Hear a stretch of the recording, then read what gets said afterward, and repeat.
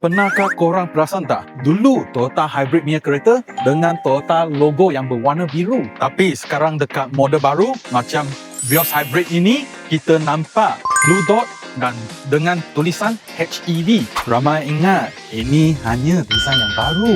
Tapi sebenarnya blue dot ni ada maksud yang lebih besar. Blue dot ni actually adalah konsep Toyota Beyond Zero. So Beyond Zero ialah Toyota bukan sahaja mahu mengurangkan kesan negatif kepada alam sekitar dan mensyarat sehingga sifat, tetapi juga mahu mencipta nilai baru yang lebih baik untuk masa depan. Toyota bukan hanya cakap kita nak capai zero emission, tapi Toyota nak pergi lebih jauh, achieving zero and adding value beyond it. Sebab itu, Toyota tidak hanya fokus kepada satu jenis teknologi sahaja. Mereka ada beberapa pilihan elektrifikasi untuk penggunaan yang berbeza. Yang pertama, HEV, Hybrid Electric Vehicle. Macam Vios Hybrid, tak perlu charge, isi minyak macam biasa, dan sistem kereta akan tukar sendiri antara petrol engine dan electric motor. Yang kedua, PHEV, Plug-in Hybrid Electric Vehicle. Boleh charge, boleh juga isi minyak sesuai untuk orang yang nak rasa EV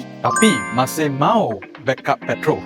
BEV, Battery Electric Vehicle. Ini full EV, tak pakai petrol langsung, hanya guna bateri dan juga electric motor. Yang keempat, FCEV, Fuel Cell Electric Vehicle. Ini guna hidrogen untuk hasilkan elektrik dan teknologi ini perlukan stesen hidrogen yang mencukupi. Jadi, titik biru yang kecil ini bukan sahaja decoration. Ia macam satu simbol bahawa kereta ini adalah sebahagian daripada perjalanan Toyota menunjuk masa depan yang lebih bersih. Dulu logo biru kita fikir hybrid, tapi sekarang blue dot ini bawa masuk lebih besar. Toyota mahu jaga home planet kita untuk generasi seterusnya, sambil beri lebih banyak pilihan untuk keguna. Jadi soalan saya, kalau korang beli kereta sekarang, korang rasa pilihan yang paling praktikal itu hybrid HEV atau terus pergi ke BEV full electric?